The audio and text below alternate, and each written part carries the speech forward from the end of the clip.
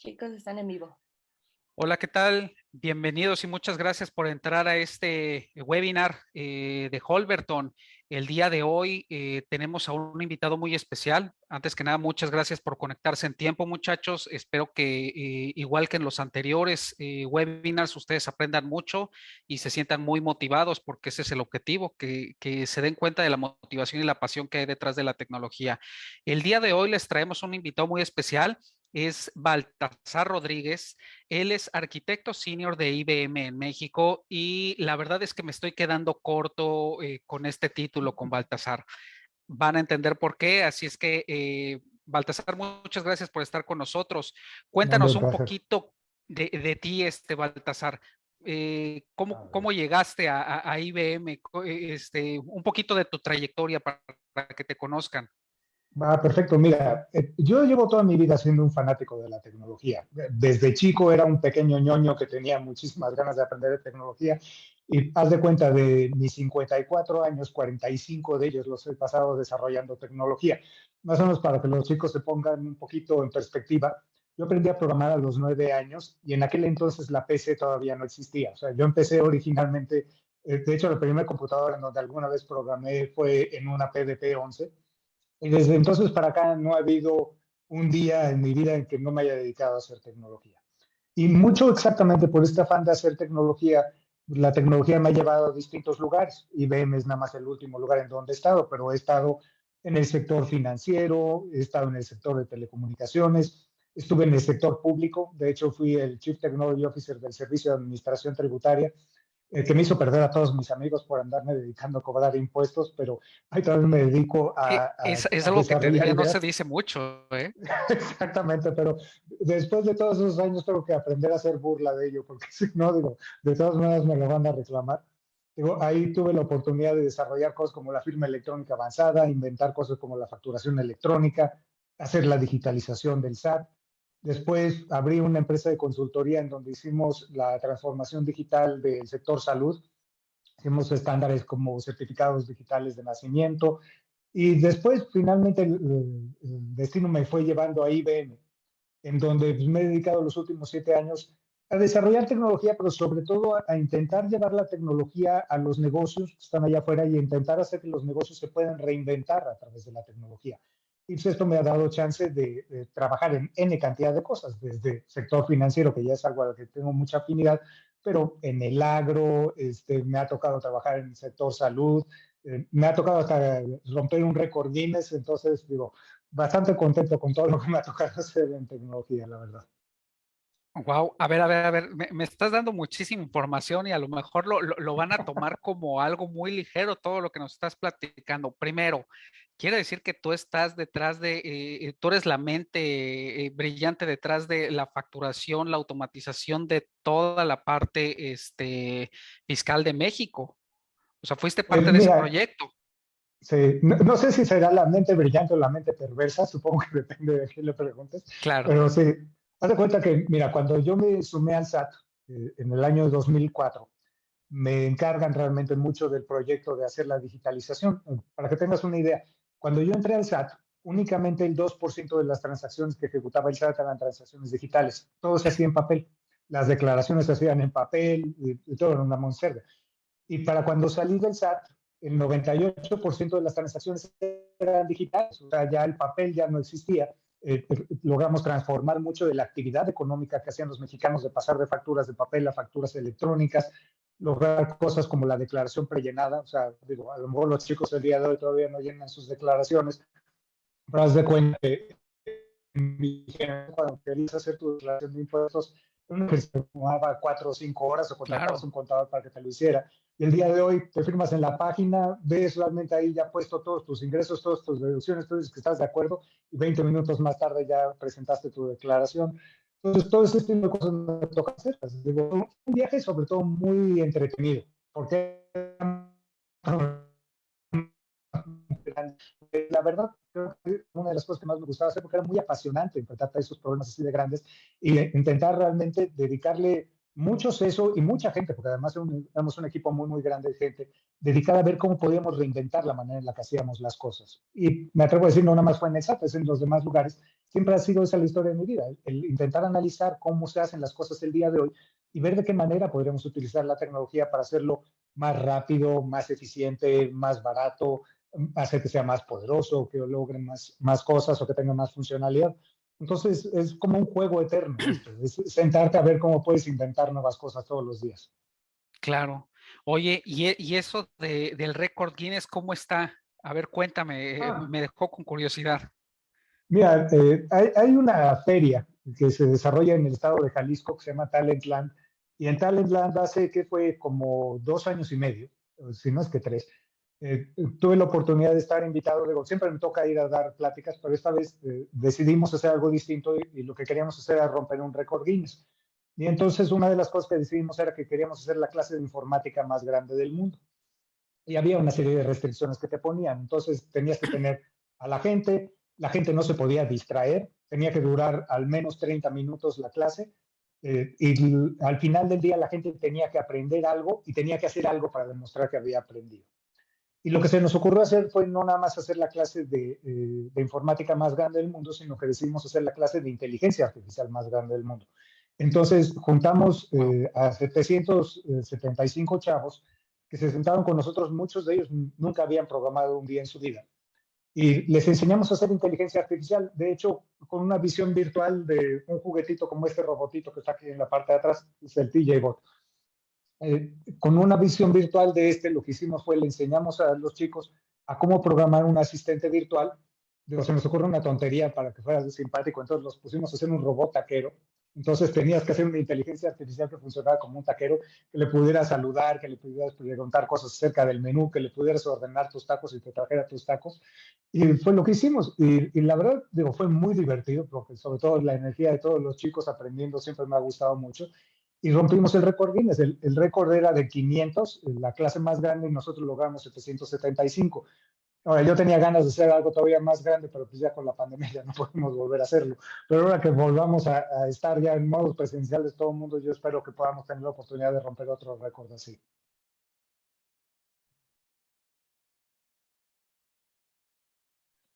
Wow. Oye, y una pregunta, Baltasar, mencionaste el robot que tienes en la parte de atrás. Digo, yo ya tengo un poco de contexto. Seguramente no sabrán que ese robot es bastante famoso en el medio de sistemas de informática. ¿Puedes platicarnos un poquito qué es este robot?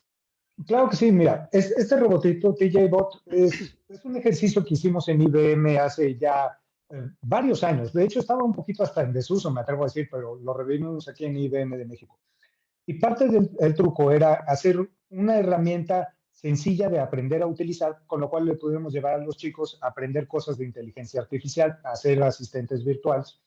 Y haz de cuenta que es una computadora muy pequeña, es una Raspberry Pi, tiene un servomotor para poder mover el bracito, tiene un LED que cambia de color y tiene una camarita, una bocina y un micrófono.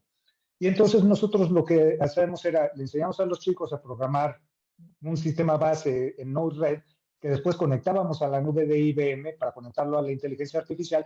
Y la idea es que esto funcionara como un avatar para la inteligencia artificial. La cosa curiosa es que nos dimos cuenta de que el taller era muy sencillo y al principio lo diseñamos para llevarlo sobre todo con chicos de universidad, que era mucho el proyecto original que había nacido en IBM.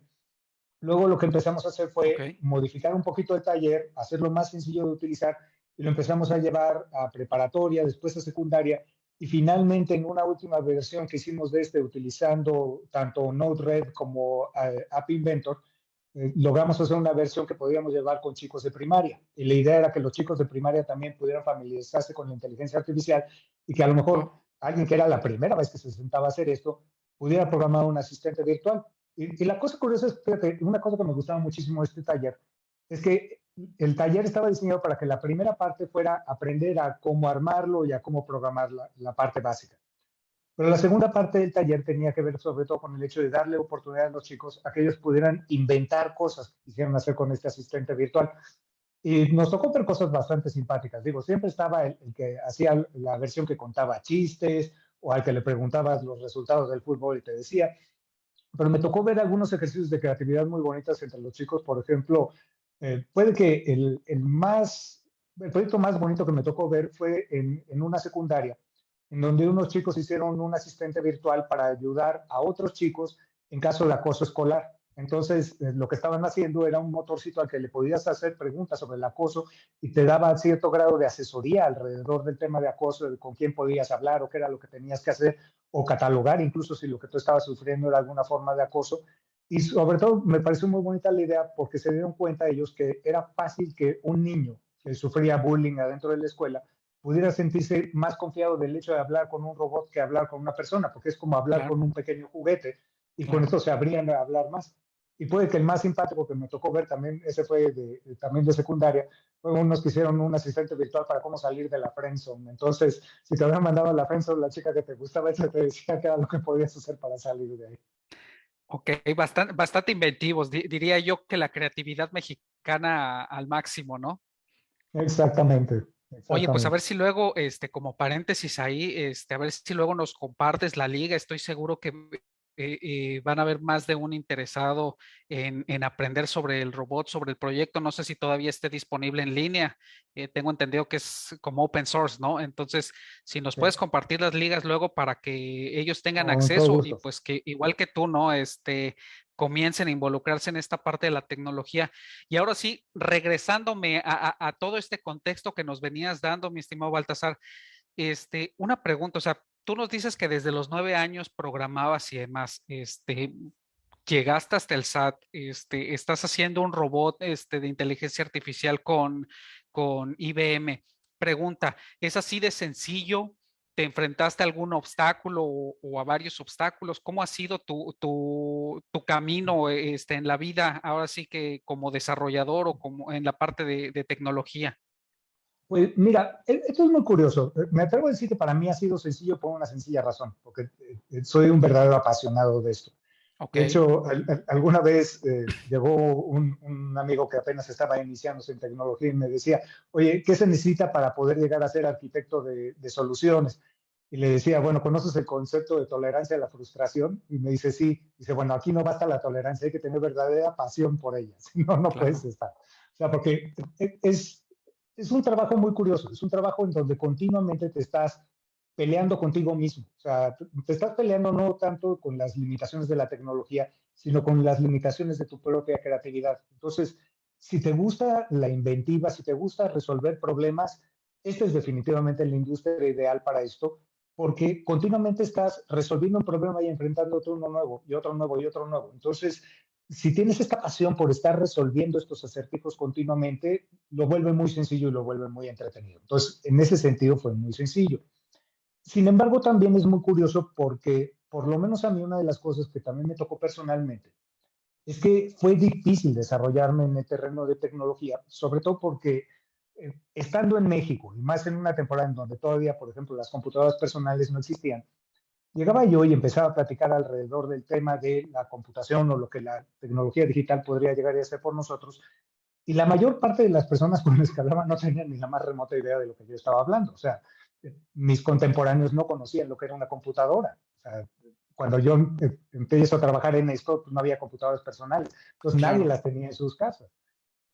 Ahora, dentro de toda esta frustración, también me acuerdo que iba a la escuela y le decía a mis profesores que deberíamos de estudiar el tema de la tecnología, porque yo estaba seguro que la tecnología iba a empezar a modificar la manera en la que íbamos a trabajar en el futuro. Y mis profesores me decían que dejara de perder el tiempo con eso.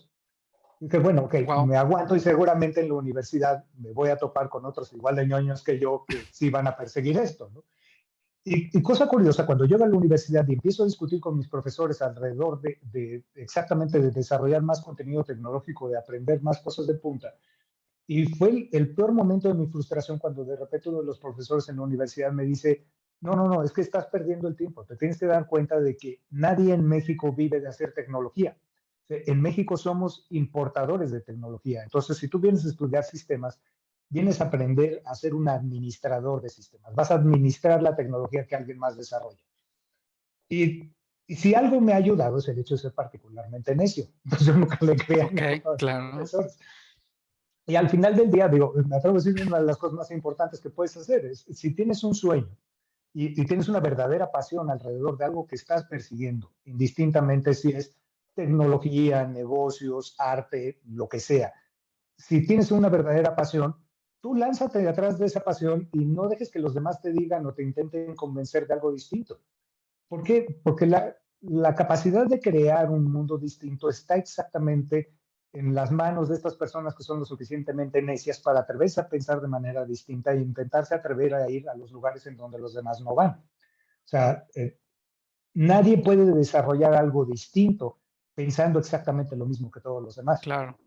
Entonces, trabaja sobre tu propia individualidad y a través de esto, lánzate a ver qué puedes inventar, lánzate a perseguir esos sueños y a darte cuenta de que puedes llegar y crear cosas que modifiquen la vida de tu país. O sea, como te diré, si yo hubiera regresado a esa época en la universidad y me hubiera dicho que, así como todo el mundo te está diciendo que no vas a hacer un impacto en tecnología, vas a tener inventos que van a cambiar la manera de trabajar de tu país, en su momento yo no lo hubiera creído.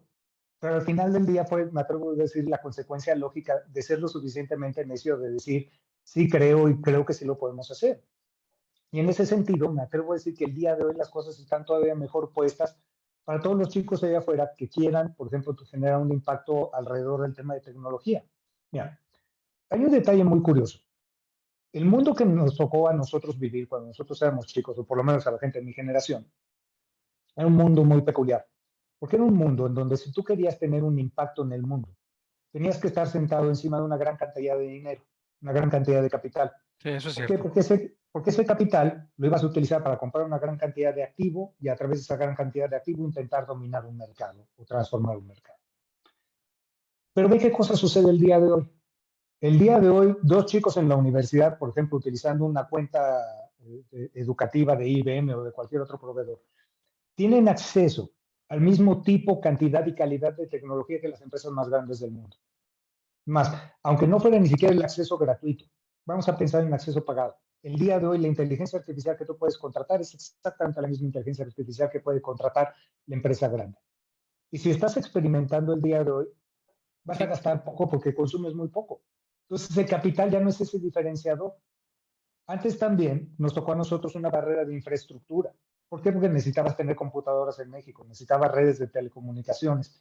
Pero el día de hoy, cualquier fulano con un teléfono celular o una laptop o un iPad y una conexión a Internet que puede ser la de él o puede ser la de la cafetería de la escuela, tiene acceso a toda esa infraestructura puesta dentro de la nube. Entonces, antes lo que diferenciaba a un país para dominar un mercado era la cantidad de capital y la cantidad de infraestructura.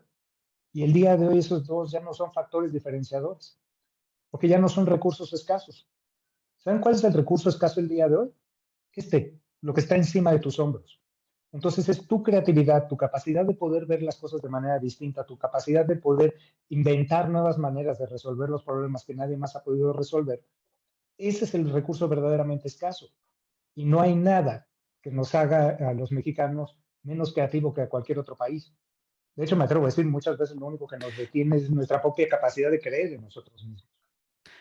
hasta te diría, creo que somos considerados de los más creativos en el mundo, ¿no? O sea, he observado, he visto cuando en Europa, en Asia se refieren a nosotros, necesitas a alguien que rompa la barrera, que piense fuera de la caja y que incluso lo que le dicen que no lo arregle para que solucione, búscate un mexicano. Esos hacen maravillas, ¿no?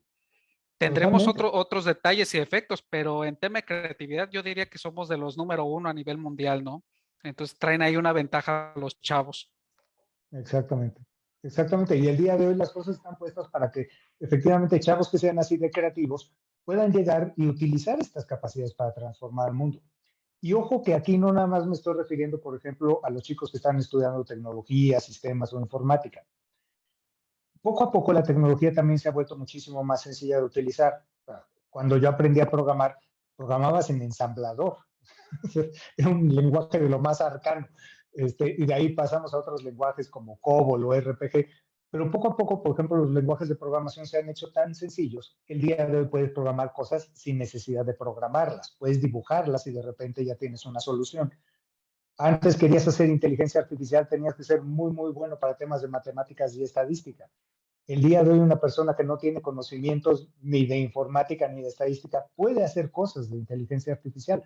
Entonces, esa barrera tecnológica que teníamos de conocimiento que requerías para efectos de poder entrar, también se ha venido aminorando. Entonces, es bastante sencillo que si a lo mejor el día de hoy tú estás en una carrera no tecnológica, a lo mejor, qué sé yo, te dedicas al arte, te dedicas al teatro, te dedicas a la literatura, a la mercadotecnia, de repente puedes utilizar estos mismos actores tecnológicos cada vez más sencillos de utilizar y puedes entonces utilizar ese punto de vista de alguien que viene desde afuera de la industria para efectos de llegar y aplicarlo y generar una transformación que a lo mejor un sistemólogo por su propia ceguera de taller no había podido ver. Entonces, Claro. el día de hoy está puesta para generar revoluciones por todos lados.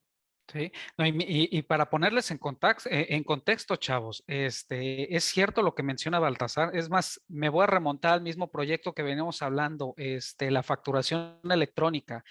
Yo recuerdo que hace 5 o 6 años, para poder ser parte de la facturación electrónica, uno de los requerimientos que hacía el gobierno, porque abrió la licitación a todo el mundo, era que tuvieras un silo de datos. Es decir, un silo es un búnker, muchachos, donde tú debes de tener los datos, que seas capaz de almacenar los datos de toda la gente de México, aparte replicarla y que tenga un cierto grado de seguridad de replicación, casi casi de que si le cae un misil, que tú le asegures al gobierno que no le va a pasar nada y que la información va a seguir resguardada.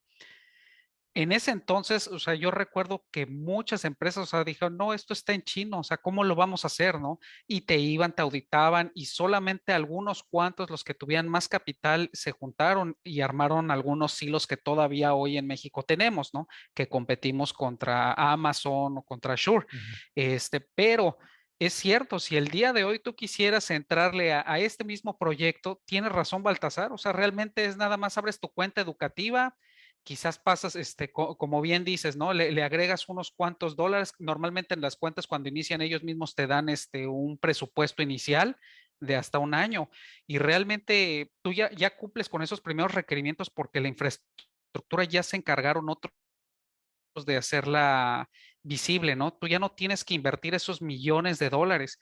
Lo mismo, pues Google Earth, no sé si has visto el nuevo documental que Uh -huh. dice que hay otros creadores y te explican las penurias que pasaron para juntar el equipamiento para hacer la tecnología y era temas restrictivos económicos, ¿no? O sea, te tenías que acercar a gente con mucho dinero o a los mismos gobiernos para poder hacer frente a eso. Y efectivamente ahorita creo que nuestra capacidad es nada más, está limitada por la pasión, como tú dices, ¿no? El que es realmente apasionado está en el mejor momento para lograr lo que quiera, ¿no? En temas de tecnología. Entonces, concuerdo Totalmente. contigo, Baltasar. Sí estamos en independiente de la pandemia, hasta diría que la pandemia nos ayudó más porque nos aceleró al tema de las telecomunicaciones, de los sistemas, todo lo que estamos viviendo. Yo creería que es una edad de oro, ¿no? Para los que nos queremos dedicar a desarrollar. ¿Tú qué opinas? Totalmente. Y de hecho, mira, incluso no es nada más el hecho de que tenemos mejores telecomunicaciones y que cada vez somos una economía más digital. Incluso la manera en la que estamos construyendo y armando los negocios está cambiando de forma radical. De la misma forma en la que el capital ya no era importante y esto le permite a dos emprendedores el día de hoy desarrollar muchísimo más rápido que una empresa grande nuevas ideas, también estamos enfrentándonos a un nuevo paradigma de creación de negocios, que es la idea de los negocios distribuidos.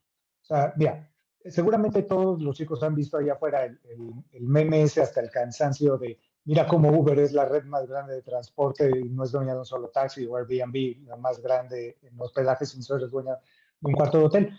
El ejemplo me parece un poco chocante porque siento que es estar viendo el futuro con la nuca, porque estás intentando explicar el futuro viendo hacia el pasado, pero hay una cosa interesante en esto. El tema es, sí, efectivamente, ni Uber es dueño de los taxis, ni Airbnb es dueño de los autos o de los cuartos de hotel. Pero ¿qué sucede? Que alguien tiene que ser dueño de esto. Alguien tiene que tener el capital para llegar y tener el mecanismo de transportación para generar un Uber o para generar la capacidad de hospedaje que tienes un Airbnb. Pero lo que han hecho estos modelos de negocio, que es la idea del pensamiento de plataforma o la idea de pensamiento distribuido, es en lugar de que yo como negocio tenga que poner todo el capital, yo lo que voy a hacer es voy a armar una plataforma que permita enlazar a una gran cantidad de participantes allá afuera y que podamos hacer de forma segura la acumulación de ese capital para efectos de generar el valor que se requiere. Entonces, realmente lo que es Uber es un negocio que conecta a personas que quieren ser llevadas con personas que están dispuestas a llevarte. En el caso de Airbnb, personas que quieren hospedarse y personas que están dispuestas a hospedarte a ti. Entonces, ellos están generando una nueva forma de valor en la economía, en donde lo que estás haciendo es intentar generar un impacto económico muchísimo más rápido a través de la acumulación distribuida de fuerzas. Y poco a poco estamos viendo esto como uno de los factores más radicales, porque no es nada más que un Uber o un Airbnb que están planteando hacer esto. Poco a poco estamos viendo otras tecnologías, por ejemplo, blockchain, las criptomonedas, en donde lo que tiene son modelos enteramente de pensamiento basados en la idea de un crecimiento distribuido, en una fuerza distribuida, en donde puedes de repente convertirte en una moneda que es súper fuerte, que tiene más capitalización que las monedas nacionales de una buena cantidad de países Sí. y que de todas maneras puede tener un impacto radical alrededor de la economía. Y lo único que están haciendo es la capacidad de poder apalancar la fuerza de múltiples actores. Entonces, sobre todo si los chicos el día de hoy aprenden que hay nuevos modelos en donde ustedes lo que pueden hacer es apalancar tu creatividad con la fuerza de alguien más y con esto buscar mecanismos de red que nos permitan enlazarnos a todos nosotros, pues vamos a ver todavía un desarrollo aún más rápido de tecnología y aún más rápido de nuevos modelos de negocio. Claro. Oye, ahí mencionaste algo importantísimo, el blockchain. Tengo entendido que tú estás metido en esta parte de la tecnología. Ya viendo la parte del SAT, ya no sé si inclusive a lo mejor ya andas por ahí detrás, tras bambalinas de la construcción de algunas de las monedas. Pero a ver, cuéntame, ¿qué has visualizado o en qué parte del camino vas dentro del blockchain? Pues mira, blockchain es una cosa muy curiosa porque a mí me tocó conocer blockchain desde un poco antes de que existiera Bitcoin. Lo que sucede es que siempre he sido fanático de la criptografía. De hecho, eso es lo que me lleva a lugares como el SAT a hacer temas como la firma electrónica avanzada y utilizar criptografía, por ejemplo, para hacer la facturación electrónica. Entonces, en México no habíamos muchos criptógrafos, los pocos que habíamos generalmente nos conocíamos y generalmente nos andábamos mandando papers alrededor de nuevos desarrollos criptográficos. Blockchain como tecnología ya tenía bastante de existir antes de que existieran las criptomonedas o antes de que existiera el Bitcoin. Y me había tocado estudiarlo y no, admito, no le había visto una cosa verdaderamente relevante. Pero cuando me toca ver el nacimiento de Bitcoin, es muy curioso porque me toca ver el nacimiento de Bitcoin casi muy poco tiempo después de tocarme ver el nacimiento de cosas muy relevantes en México, como el SPAY. El SPAY nace unos cuantos años antes de Bitcoin y era un mecanismo sorprendente para traspasar valor económico. De hecho, a lo mejor, si los chicos han lanzado alguna vez un SPAY, ni siquiera piensan dos veces en el hecho de hacerlo, pero déjenme decirle, México tiene una posición verdaderamente privilegiada a nivel mundial de tener un sistema así de rápido y así de eficiente para traspasar valor. Son una cosa que normalmente los países no tienen y que también fue una tecnología desarrollada en el escritorio de alguien en Banco de México, de hecho, del doctor Raimundo Peralta, amigo mío. Él desarrolla el SPAY y utiliza también criptografía. Entonces, cuando nace la idea de Bitcoin, me acuerdo que platico mucho con él alrededor del impacto que podría llegar a tener esto como un mecanismo de transmisión de valor. Cabe mencionar que cuando yo vi esto, yo me emocioné. Yo dije, esto tiene la gran capacidad de impacto. Mi cuate me dijo, no, no tanto, porque él era banquero central, entonces la idea de una moneda distribuida no le llamaba la atención, No, no le iba a pero gustar, claro. no le iba a gustar. Pero a mí lo que me gustaba eran dos ideas. La idea del dinero digital, que realmente me llamaba mucho la atención porque es una forma de traspasar valor a través de la economía con menos fricción. Y es que gran parte de mi vida me la he pasado luchando con la fricción, ni siquiera eso, ahorita te explico qué es todo ese rollo. Pero la idea del dinero digital me llamaba mucho la atención en ese sentido. Pero la otra cosa que me llamaba muchísimo la atención era cómo se estaba utilizando la criptografía para poder resolver un problema que antes requería forzosamente de la centralización en un banco central para generar dinero y que de repente podía ser desarrollado por un grupo de personas. O sea, era una tecnología peer-to-peer, una tecnología enteramente distribuida y esto me llama mucho la atención. Incluso me llama más la atención que la criptomoneda. Me llama la atención el hecho de que podamos hacer uso de tecnologías distribuidas para resolver problemas grandes. Y desde entonces me quedo rumiando con la idea. Bitcoin en aquel entonces pues, no era nada, o sea, había iniciado y se enteraron como 10 gentes, o sea, no había mucho Claro. conocimiento alrededor de esto. Pero después se empieza a popularizar la tecnología. Y cuando se empieza a popularizar la tecnología también fue evolucionando. Entonces, así como nace Bitcoin, nacen otras criptomonedas pero también nace la idea de revivir la idea básica del blockchain, que no tenía que ver con criptomonedas, y ver cómo esto podía ser utilizado como un mecanismo distribuido de gobierno. Y entonces es ahí en donde yo me meto. Me meto, digo, parte por la afición a la criptografía, pero pongo a ver cómo podríamos utilizar blockchain para resolver otros temas que no fueran criptomonedas. Y entonces, desde cómo utilizar blockchain, por ejemplo, para transformar la industria de seguros, cómo transformar la industria de salud, la industria de agro, la seguridad alimenticia, la seguridad farmacéutica. Y entonces todo esto me va metiendo en una bola de proyectos en los que he tenido la posibilidad de trabajar adentro de IBM enorme. Y entonces ha sido muy padre porque me ha tocado realmente empezar a generar ideas disruptivas. Mira, te pongo un ejemplo porque de hecho ahorita lo estaba viendo aquí adelante. Tengo este pequeño juguetito, espero que se alcance a ver ahí. Sí, Ok, ahí más o menos se alcanza. sí se ve. Ok, te platico qué es esto. Digo, casi todo este borlote es la batería que está en la parte de acá, pero y el resto es un equipo que transmite tanto en Wi-Fi como en radio. Pero el truco es sobre todo para este pequeño sensor. Este pequeño sensor detecta cosas como aceleramiento, o sea, tiene un acelerómetro, pues puede detectar la velocidad del movimiento, puede detectar la temperatura y puede detectar la humedad. Y lo que hice con este aparatejo es que lo estoy armando ahorita, este es mi primer prototipo, va a ir adentro de una caja y esta cosa va a estar transmitiendo por radio información de manera de telemetría y la va a estar registrando en el blockchain. ¿Para qué? Pues mira, en IBM, de hecho, nosotros tenemos una planta armadora muy grande ahí en Guadalajara. De hecho, es en donde producimos los equipos más grandes de cómputo que tenemos en IBM. Y desde ahí se mandan a distintas partes del mundo. Son equipos muy caros, o sea, mainframes y equipos de almacenamiento muy, muy caros. Claro. Entonces, cuando yo los mando por flete y les tengo que sacar seguro, o si algo les pasa en el camino. Y generalmente, como sacas un seguro, es un seguro sobre el bien por el valor del bien. Entonces, si el bien se daña, te pagan el valor del bien. Pero fíjate qué sucede, que normalmente si algo le pasa en tránsito, yo no me entero de que el equipo está mal, sino hasta que llegó. Y alguien lo conecta y dice, no, no funciona. Y si me entero en ese momento que hay un problema, ya no somos varios los que tenemos un problema. Yo porque no puedo cobrarlo, mi cliente porque ahora tiene que volver a esperar a que yo le mande un equipo de reposición. Y finalmente por el otro lado, también el asegurador tiene un problema porque ahora tiene que mandar un ajustador para ir a revisar que efectivamente hay un daño en ese bien. Claro, Y entonces esto genera muchos problemas para todos nosotros.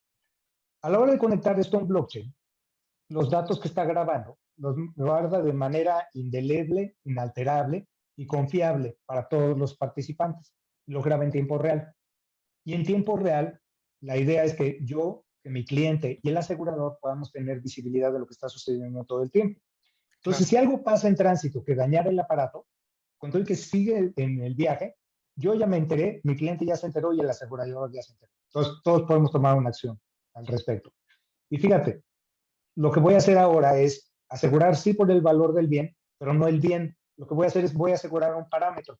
Entonces le voy a decir, la apuesta que voy a correr con el asegurador es que la humedad no traspasa de tanto, que la temperatura no traspasa de tanto o que Ok. no va a recibir golpes porque no pase la aceleración. Entonces, con esto lo que estamos haciendo, y a la hora de generar la evidencia digital, permitiría que si hay un desperfecto, todo el tema de hacer la cobranza de ese seguro se podría automatizar en el blockchain. Entonces, él ya no tiene que mandar un ajustador y yo recupero más rápido mi dinero y puedo mandar más rápido la reposición de ese bien. Entonces, esto genera muchísimo menos dolor de cabeza para todos nosotros. Y es una de las tonterías que estoy haciendo en blockchain. Aquí lo que estás haciendo entonces es, al menos para este ejemplo, estás convirtiendo un siniestro que se vuelve algo o que actualmente lo padecemos porque es muy subjetivo y lo conviertes en valores medibles Exactamente. para Mira, que entendamos. otra O sea, manera, realmente al tú decir, si bajó de, yo no quiero, yo te aseguro esto para que no tenga más de un 10% de humedad. Quiere decir que si llega a un 11%, efectivamente ya no tienes que mandar un ajustador porque ya se demostró que superó el 11% y que eso te genera un daño en automático a ti. Y al poner ese tipo de factores, también tu ajustador puede decir, ok, pues yo te voy a cobrar X cantidad o demás. Simplifican las cosas, ¿no? De esa forma, porque lo exactamente. vuelven medible. Y es que eso es a lo Wow. que me refería yo con el tema de esta eterna lucha contra la fricción. Que mira, vamos a pensar en física. En física la fricción es la resistencia al movimiento. ¿Okay? Y si te das cuenta cómo se manifiesta esa resistencia, si tienes fricción se manifiesta como calor. Con calor, claro. En los negocios también tenemos fricción. Ahora, ¿Qué es esta fricción? ¿Cuál es el movimiento que se detiene? Es el movimiento de dinero o de valor a través de la economía. Entonces, cada vez que tienes que hacer un trámite, eso es fricción. Tienes que llenar un papel, eso es fricción. Tienes que demostrar evidencia, eso es fricción, porque detiene el flujo de dinero. De hecho, así como se manifiesta en calor en la física, la fricción aquí en los negocios se manifiesta como papel o como costo. En donde más fricción hay es en donde más costo y más papel hay. Entonces, una de las cosas que he intentado hacer con tecnología es fijarme en dónde se generan estas fricciones en nuestra economía o en nuestra forma de trabajar. Y entonces intento utilizar la tecnología para eliminar esos puntos de fricción. Y con esto hago que el valor fluya más rápido, que se genere más riqueza y que se genere muchísimo menos desperdicio. Mira, un ejemplo de esto clarísimo es la factura. Cuando tenemos la factura en papel, de hecho hicimos un estudio de la mano del Banco Mundial en el año 2004 de cuánto costaba una factura. Fiscalmente tu factura la tienes que guardar 5 años. Y entonces tomábamos cuánto era el costo total desde que mandabas a imprimir esa factura hasta que terminan sus 5 años de almacenamiento. Y era curioso, costaba 98 pesos la factura de papel. Entonces, no importaba que hubieras Wow. facturado, te costaba 98. Y dices, ¿cómo es que me va a costar 98 pesos este triste pedazo de papel? Pues es que tenías muchas cosas alrededor de ese triste pedazo de papel. Tenías que ir a pedir una autorización del SAT, tenías que ir a una impresora autorizado a que la imprimiera, que se foliara, que te las entregara. Alguien tenía que vaciar los datos de los pedidos adentro de la factura. Alguien tenía que llevar la factura a tu cliente. Tu cliente tenía a alguien que tenía que recibir esa factura. Después tu cliente, después de recibirla, tenía a alguien que la revisaba en contra de los registros internos y que lo registraba en contra del SAT para ver que fuera de veras. Después generaban un pago, que generalmente era un cheque, que te mandaban a alguien para que tuvieras el cheque, que tú después llevabas al banco y lo depositabas. Y ya que estaba pagada, le ponían sus sellos a la factura y alguien se llevaba esa y la guardaba durante 5 años, digo, a menos de que llegara el idiota esa que dijera, quiero ver esa factura por una auditoría y lo tuviera que producir. Ah, piensa esto, no en una factura. Piensa esto si eres un gran emisor o gran receptor de facturas.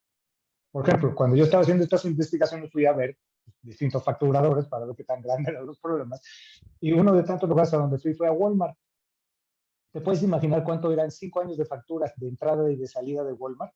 O Un sea, que tenía almacén que almacenar. completo. Me puedo imaginar por papel que debe ser un almacén completo. Eran 3.500 metros cuadrados llenos de papel. Eran dos naves industriales en No Vallejo inventes. llenas de cajas tras cajas tras cajas de papel. Y no nada más eran esas bodegas, era que tenías que tener la gente y los procesos para que si yo pedía la factura fulano de tal, alguien se pudiera echar ese clavado en esos 3.500 metros cuadrados y producir la factura. O sea, cuando empiezas a pensar esto en escala, te das cuenta que es un animal grande. Claro. En el momento en el que lo digitalizamos, de repente lo que sucede es, sobre todo en los grandes emisores y grandes receptores, es que tus sistemas hablan con los sistemas de tu proveedor, entre los dos negocian un pedido, fincan un pedido, este pedido se convierte en una factura, es presentada al SAT, es enviada digitalmente, es validada digitalmente, es pagada digitalmente y es archivada digitalmente. Y como Claro. hielito fiesta, jamás tocado por las manos del hombre, pues es el proceso de punta a punta.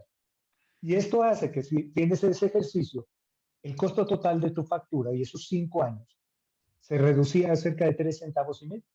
O sea, de 98 pesos a 3 centavos y medio.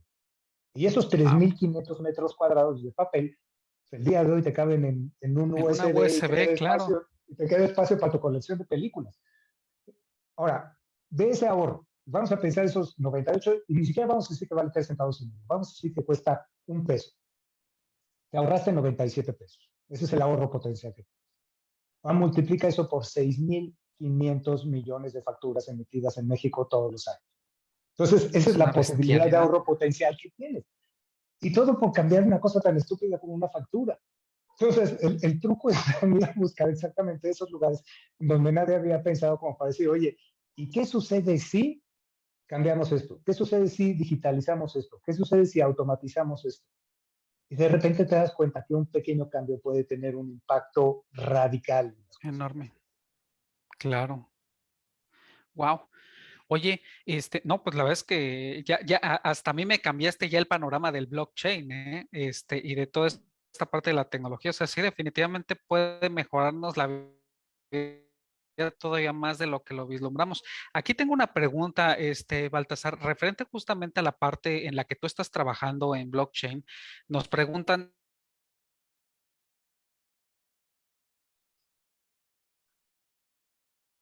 Y ahí si se me desde estás tu confundiendo. perspectiva esta tecnología mejora la transferencia. ¿Me escuchas bien ahí? Ya, si esta tecnología mejora la transferencia, de ahí me quedo. ¿O solo la protege? Ok, depende mucho del tipo de blockchain que estés utilizando. ¿Qué sucede? Por ejemplo, un blockchain basado en una tecnología que se llama Proof of Work como Bitcoin, sobre todo lo que hace es protege las transacciones y te permite ejecutar esas transacciones sin la necesidad de intermediarios. Ese es el verdadero gran valor que tiene. Y entonces hace que sea a prueba de censura, a prueba de control del Estado. O sea, es una tecnología libertaria 100%. Pero es particularmente ineficiente. Es ineficiente porque consume una cantidad estúpida de energía. O sea, hacer una transacción en una red como Bitcoin o Ethereum el día de hoy, una transferencia electrónica de fondos consume más o menos como lo que el hogar promedio norteamericano durante 5 días. O sea, es No una cantidad inventes. respetable de energía. Wow. Y la otra cosa es que lo hace muy lento. O sea, si estás en Bitcoin tradicional, lo más rápido que puedes cerrar una transacción son 10 minutos, lo más lento pueden ser varias horas.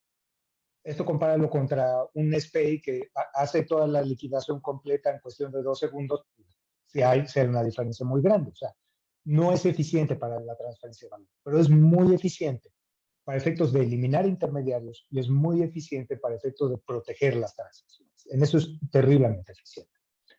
Ahora, sin embargo, para hacer otras cosas, como por ejemplo transferencias entre bancos o transferencias electrónicas como las que nosotros estamos acostumbrados, esta tecnología no nos sirve. Y entonces hemos tenido que inventar variaciones de estas tecnologías para efectos de hacer blockchains que sean muchísimo más eficientes o mecanismos paralelos que hagan que las blockchains tradicionales se vuelvan más eficientes. Por ejemplo, en el caso particular de Bitcoin, hay una cosa que se llama el Lightning Network, que te permite hacer esas transacciones muchísimo más rápido. Lo hace jugando de manera relativamente paralela a Bitcoin. Entonces, son una serie de trucos que hacemos para hacer que funcione más rápido. Pero el día de hoy estamos continuamente inventando nuevas formas de blockchain y cada una de esas formas de blockchain está siendo adecuada a un tipo particular de problemas. Hay problemas que funcionan muy bien con criptomonedas. Hay problemas que no funcionan con criptomonedas. Por ejemplo, si lo que quieres hacer es trazabilidad, expedientes clínicos electrónicos, si quieres hacer seguros digitales, si quisieras hacer otros temas como por ejemplo seguridad alimenticia o contaminación o lucha contra la contaminación, esos blockchains no te van a funcionar. Y para eso hemos diseñado otros blockchains muchísimo más eficientes que transaccionan muchísimo más rápido y que consumen una fracción de nada de la energía que los otros. Entonces, al final del día, digo, blockchain como tecnología es muy interesante y vale mucho la pena estudiar porque es una de esas tecnologías que van a definir el futuro. Pero sobre todo ahí la recomendación es que si esto te interese, estudies de todos los tipos de blockchain porque al final del día son distintas herramientas, son distintas formas de herramientas. Y creo que el gran pecado que cometemos de repente los ingenieros es que, como decía Mark Twain, a un hombre que le das un martillo, de repente todo tiene cara de clavo. Entonces, de repente tú te enamoras de un tipo particular de blockchain y quieres utilizar blockchain para todo, hasta para lo que no sirve, o quieres utilizar ese tipo de blockchain en los problemas en donde no sirve. Entonces, yo creo que el verdadero deber que tenemos, sobre todo los ingenieros, los informáticos o cualquier persona creativa allá afuera, es entender bien los problemas y conocer íntimamente nuestras herramientas, tanto sus fortalezas como sus limitantes, para entonces escoger qué herramienta es la que debes utilizar en cada tipo de problema, a efectos de resolver las cosas y generar verdadera disrupción. Claro. Oye, mencionaste entonces que hay varios tipos de blockchain. Digo, habemos los que no conocemos aquí por lo que he seguido la conversación, pues blockchain nos está permitiendo llevar una transacción que entre varios la certifiquen que está ocurriendo. Eso sería blockchain, ¿no? En muy súper simplificado, pero estaríamos hablando que eso es blockchain. Sí, en una forma sencilla podríamos decir es la manera de certificar una transacción entre múltiples actores, sin que Ok, ninguno de nosotros sea más poderoso que el otro. claro, Y que ese es un ninguno de blockchain otro que lo corrompa, ¿no? Que no lo exactamente. corrompan los datos. Y ahorita nos mencionabas que de hecho no hay un solo blockchain, sino que hay distintos. No sé si nos puedes platicar uno o dos para que lo conozcan los Claro, chavos. claro, mira, tú tienes, por ejemplo, los blockchains que sirven para hacer criptomonedas, cosas como lo que es Bitcoin, Ethereum, Dogecoin, algunas de estas monedas que están allá afuera. Ellos trabajan sobre un tipo particular de blockchain que se llaman blockchains públicas. Una blockchain pública es una red de todos estos están participando y haciendo certificación de transacciones, pero donde para participar adentro de la red no le tienes que pedir permiso a nadie. O sea, tú quieres formar parte de la red de Bitcoin, baja un Entras. wallet. Es gratis, lo bajas, es open source, lo instalas y ya eres parte de la red. O eres el miembro más pobre de la red, pero ya eres parte de la red. O si quieres ser un minero, esto es los que están validando transacciones y los que generan estas criptomonedas, también nada más bajas el software, porque es open source, contratas tus servidores, los enchufas al internet, pagas la luz y te pones a minar y en ese momento formas parte de la red. Entonces esto quiere decir que no le tuviste que pedir permiso a nadie. Y como no le tuviste que pedir permiso a nadie, son redes anónimas. Ahora, eso es válido porque el efectivo es anónimo. O sea, si te das cuenta, el billete que traes ahorita en tu bolsa o que idealmente traes en tu bolsa, no tiene tu nombre. Y es tuyo nada más porque tú lo tienes. De hecho, si alguien Claro, llega y te lo quita, pues ya no es ya tuyo, es de quedó. alguien más, ¿no? Ya, pero funcionan de la misma manera. Una blockchain pública es anónima, tan anónima como lo que es el efectivo. Pero hay problemas de negocio en donde el anonimato no sirve. O sea, por ejemplo, piensa a lo mejor que tú estás en la industria alimenticia, quieres producir productos alimenticios que vendes adentro de la cadena. De entrada, tú no vas a comprar tu materia prima de cualquiera. Tú quieres saber a quién se lo estás comprando para que si hay un problema de calidad, sepas a quién le vas a reclamar. Entonces, no puedes transaccionar con tu proveedor de manera anónima. Y a lo mejor pues, te importa muy poco a quién se lo estás vendiendo, a menos que lo vendas a crédito, porque entonces te interesa saber a quién se lo estás vendiendo para llegar y cobrarle el día de mañana. Claro. Entonces, si de repente el anonimato no sirve en tu modelo de negocio, esas blockchains ya no necesariamente funcionan. Y entonces se inventó otra familia de blockchains que son lo que llamamos blockchains privadas. La misma tecnología, pero lo que sucede es que para enlazarte a esas redes, alguien o un grupo de personas tienen que autorizar y te autorizan y generalmente lo que va a suceder es que para autorizarte te tienes que identificar con ellos, tienes que decir quién eres, Claro. tienes que pasar por un proceso de onboarding. Algo similar a lo que haces el día de hoy, o sea, en un banco. O sea, para el dinero en efectivo nadie te pide tu nombre, pero quieres abrir una cuenta de banco, te tenemos que pedir tu nombre para pasar por el ejercicio de Know Your Customer. Entonces, estas blockchains, ya lo que sucede es que de repente los participantes son nombrados, el anonimato ya no existe, pero digamos que todavía en este estilo de blockchains, todas las transacciones son visibles para todos los participantes, tanto en las públicas como en las privadas.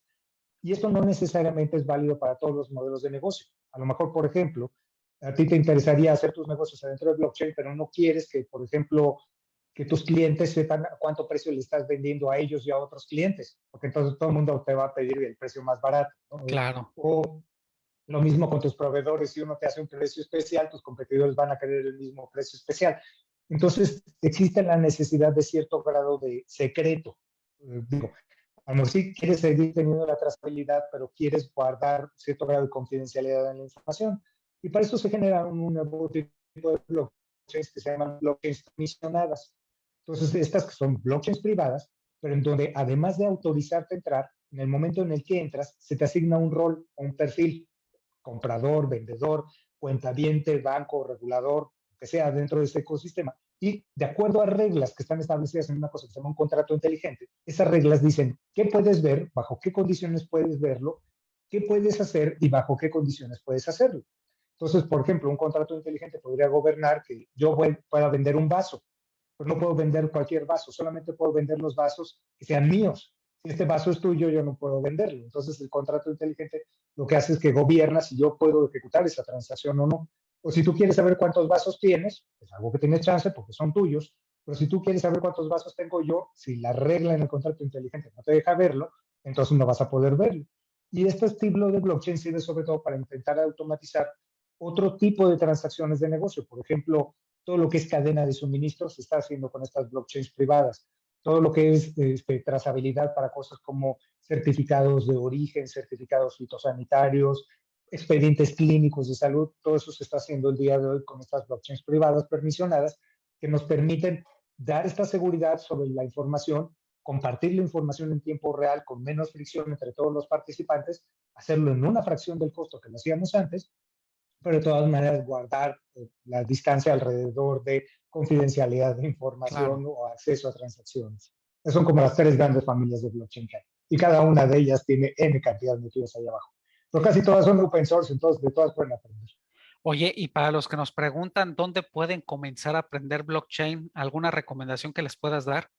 Sí, fíjate. De hecho, Por ejemplo, si quieren aprender y aprender gratuitamente, les recomiendo un lugar, se llama Cognitive Class, Cognitive como de cognitivo en inglés, class de clase, punto AI. En este lugar, ustedes, digo, yo les voy a dejar aquí en el chat para que luego se les puedan compartir. En este lugar lo que hay son una serie de cursos gratuitos. Y hay cursos gratuitos de todo. Hay cursos gratuitos de blockchain, cursos gratuitos de inteligencia artificial, de estadística, de programación, de lo que a ustedes les llame el interés, ahí hay cursos gratuitos. Y la ventaja es que todos estos cursos gratuitos adicionalmente otorgan badges, que son estas formas como de microcertificación. Entonces, por ejemplo, si tomas un curso en la utilización del blockchain de IBM, IBM te va a dar una microcertificación que tú después puedes llegar y presumirle a alguien para decir, mira, yo ya sé programar cosas en blockchain. Y hay un track para blockchain, hay un track para inteligencia artificial, hay un track para analítica de datos y hay tracks de varios lenguajes de programación ahí, que es aquí les voy a dejar en el chat. Wow, no, pues sí, te agradezco ahí que nos compartas esa liga para que se la pasemos a los muchachos. Mi estimado Baltasar, pues ya estamos en la recta final ahorita de este webinar. Y nos preguntan, y bueno, sí me gustaría que nos contaras a todos cuáles son los próximos proyectos, porque realmente veo que tienes una carrera larga. Yo diría que llevas un maratón bastante largo en el tema de tecnología, pero no sé si nos puedes compartir un poco de tus próximos proyectos o lo que ves a futuro en la tecnología que pudiese ser de interés. Pues sí, mira, te puedo platicar mucho acerca de visión porque los proyectos en los que estoy metido muchas veces están confidenciales exactamente por la misma Claro. empresa donde trabajo o las necesidades de mis clientes, pero mira, cosas que creo que van a generar verdaderas revoluciones. El tema de la inteligencia artificial ya el día de hoy está generando una revolución. No necesariamente como todo el mundo la cree, o sea, porque por ejemplo cuando hablas acerca de la revolución de la inteligencia artificial te topas con dos visiones particularmente negativas. Una, el de que las computadoras se van a volver locos y nos van a matar, o la otra de que si las computadoras nos van a quitar el trabajo. Yo no creo en ninguna de las dos, dicho sea de paso. O sea, para que una computadora se vuelva loca y te decía que te quieren matar, antes tuvo que haber una cantidad de estupideces humanas para permitirlo. Y no le tengo miedo a la inteligencia artificial, le tengo más miedo a la estupidez natural, porque es bastante más común y más peligrosa. Ahora, la otra cosa que tenemos es que sí, va a haber trabajos que van a desaparecer por la inteligencia artificial, sobre todo los trabajos que están muy basados en actividades repetitivas y de poca creatividad. Pero una cosa que ya conocemos desde el pasado, desde la revolución industrial, incluso el mismo John Maynard Keynes, que no era nada amigo de la automatización, cuando estudiaba la automatización, él decía que la automatización sí tenía un efecto muy curioso, porque decía que la automatización puede acabar con algunos trabajos, pero la automatización no acaba con el trabajo. Realmente lo que sucede es que los trabajos se reinventan. Entonces, ahorita lo que vamos a ver es una reinvención de las actividades laborales exactamente por el blockchain. ¿Y qué es lo que va a suceder? Que los trabajos que son primordialmente actividades repetitivas de bajo valor, esos van a desaparecer. Ahora, ¿eso quiere decir que va a haber gente que se quede sin chamba? Igual. Pero realmente lo que quiere decir es una reconformación del trabajo. Entonces, el trabajo, lo que el día de hoy va a valorar, no es tanto la actividad repetitiva, va a valorar más bien la actividad creativa, las cosas que solamente un ser humano puede hacer, porque una computadora no puede ser creativa. Entonces, ahí una primera mensaje para todos ustedes es, dedíquense a ser creativos, porque realmente ese va a ser uno de los valores más importantes el día de mañana. Es uno de los lugares que la computadora no puede llegar y atacar. Entonces, las computadoras lo que van a hacer es que esta inteligencia artificial se va a sumar a nuestra propia inteligencia natural y vamos a formar una figura de inteligencia aumentada. De la misma manera en la que el día de hoy tenemos carros y tenemos aviones y nos permiten llegar muchísimo más lejos de lo que nos permiten llevar nuestros propios pies y sin embargo sigues caminando. Entonces, vamos a sumar nuestra capacidad a algo más para llegar muchísimo más lejos. Y siento que esto, sobre todo, lo que nos va a dar es una forma de negocios enteramente distintos a los que estamos acostumbrados, de una forma de vivir enteramente distinta a la que estamos acostumbrados. La conjunción de esa inteligencia artificial con el cómputo cuántico, con el Internet de las cosas y con el edge computing, nos van a dar una cantidad insospechada de inteligencia y de poder de cómputo en cualquier momento y lugar que nosotros necesitemos. ¿En qué se va a traducir esto? Lo primero que veo yo es un incremento en la personalización. O sea, mi generación, cuando creció, era una generación que, por ejemplo, cuando yo era niño, no había canales de televisión infantiles. Había una barra de programas infantiles en la tarde y una barra de programas infantiles los sábados en la mañana, nada más. Y A ya. lo mejor sus generaciones ya crecieron con televisión de cable, con 400 canales y 3 canales para niños de 24 horas en donde podían ver esas caricaturas. El día de hoy las nuevas generaciones ya ni siquiera ven eso porque ven todo el video sobre demanda en YouTube. Pero fíjate qué es lo que va sucediendo. De una forma o de otra, se ha venido diseminando los satisfactores allá afuera. Se hacen muchísimo más instantáneos, se hacen sobre demanda. Y esto ha cambiado el mundo de uno de producción en masa a uno de consumo enteramente personalizado. Si esto lo juntas con el tema de la inteligencia artificial, lo que veo es que la nueva oferta de valor van a ser ofertas de valor enteramente personalizadas. Antes, para interactuar con alguien, con un negocio, por ejemplo, con un banco, tú tenías que detener tu vida, lo que sea que estuvieras haciendo, para tener que ir al banco a depositar dinero, a Claro. retirar dinero. Poco a poco lo que está habilitando esta mayor conectividad y mayor inteligencia artificial es que tú vas a estar viviendo tu vida y entonces van a ser estas instituciones las que van a llegar contigo para ofrecerte lo que tú necesitas en el momento en el que lo necesitas. Idea, llego en este momento al supermercado. El banco sabe normalmente cuánto consumo cada vez que voy al supermercado. El banco podría saber que estoy llegando al supermercado porque a lo mejor el aplicativo que traigo adentro de mi teléfono celular le dice que estoy entrando al supermercado. Y el banco conoce mi saldo. Y de repente se da cuenta mi banco que no tengo suficiente saldo como para poder hacer mi compra semanal del supermercado que normalmente hago. Antes, ¿cómo me hubiera enterado? En el momento de que pago en la caja y me hacen la penosa de rechazarme la tarjeta y decir no te lo puedes llevar, y entonces tengo que hablar al banco, tengo que detener mi vida para ir para allá. Aquí lo que podría suceder sería que en el momento en el que entro, mi banco detecta esta situación y me manda un mensaje y me dice, oye, me estoy dando cuenta que estás llegando al supermercado pero no tienes saldo suficiente. Uno, te aviso. Dos, ¿te gustaría tener una línea de crédito adicional para efectos de poder cumplir el súper de la semana? Y entonces, de repente, el banco empieza a conformar su oferta a lo que yo necesito. O que mi banco hable conmigo y me diga, ¿qué es lo que quieres hacer? ¿Quieres salir de deuda? ¿Quieres ahorrar? Si quieres ahorrar, ¿para qué quieres ahorrar? ¿Es para tu retiro, para las vacaciones, para el auto, para la fiesta de 15 años de tu hija?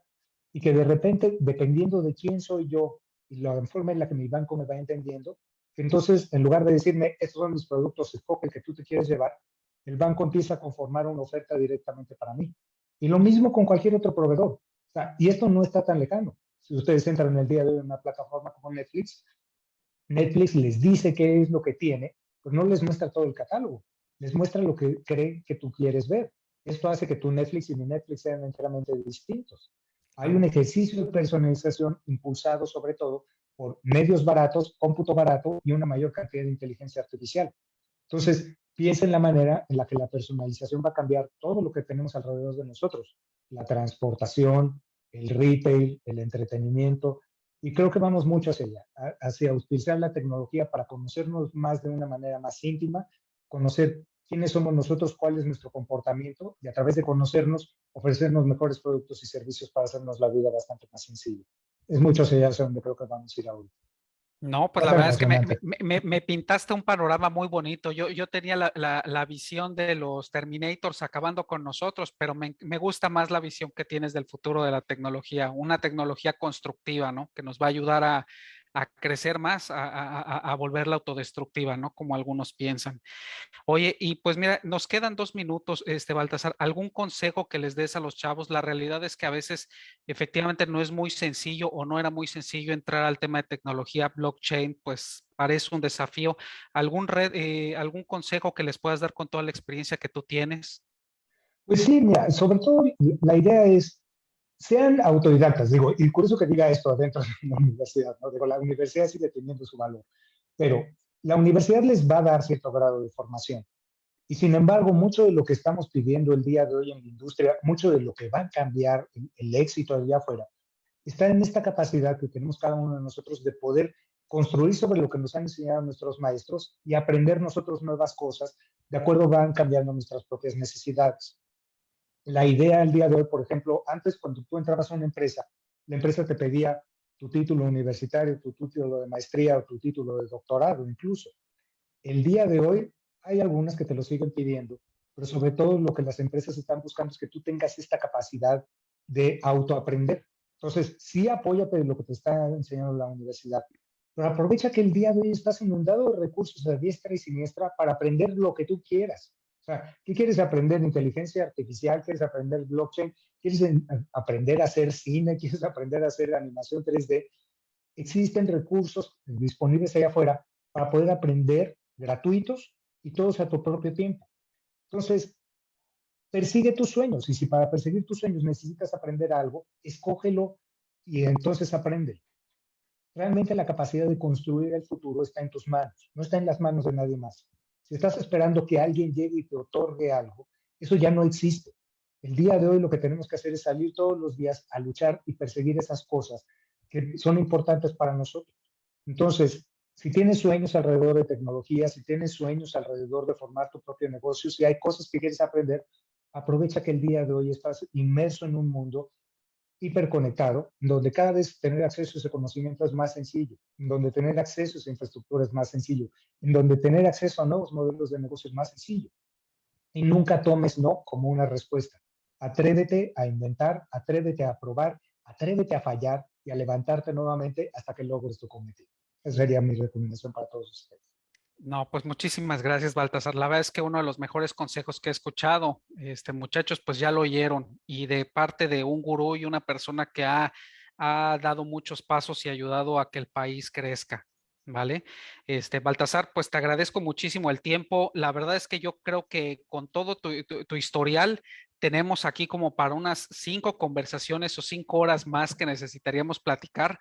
Ya te pediré que nos vuelvas a regalar un poquito más de tu tiempo para platicar y pasarles un poquito de esta sabiduría a los muchachos. Pero pues por lo pronto te agradezco el tiempo que nos has dado y seguimos en contacto, ¿vale? Muchas gracias por tu Perfectísimo, un tiempo, placer estar con Baltasar. ustedes. Gracias, muchachos.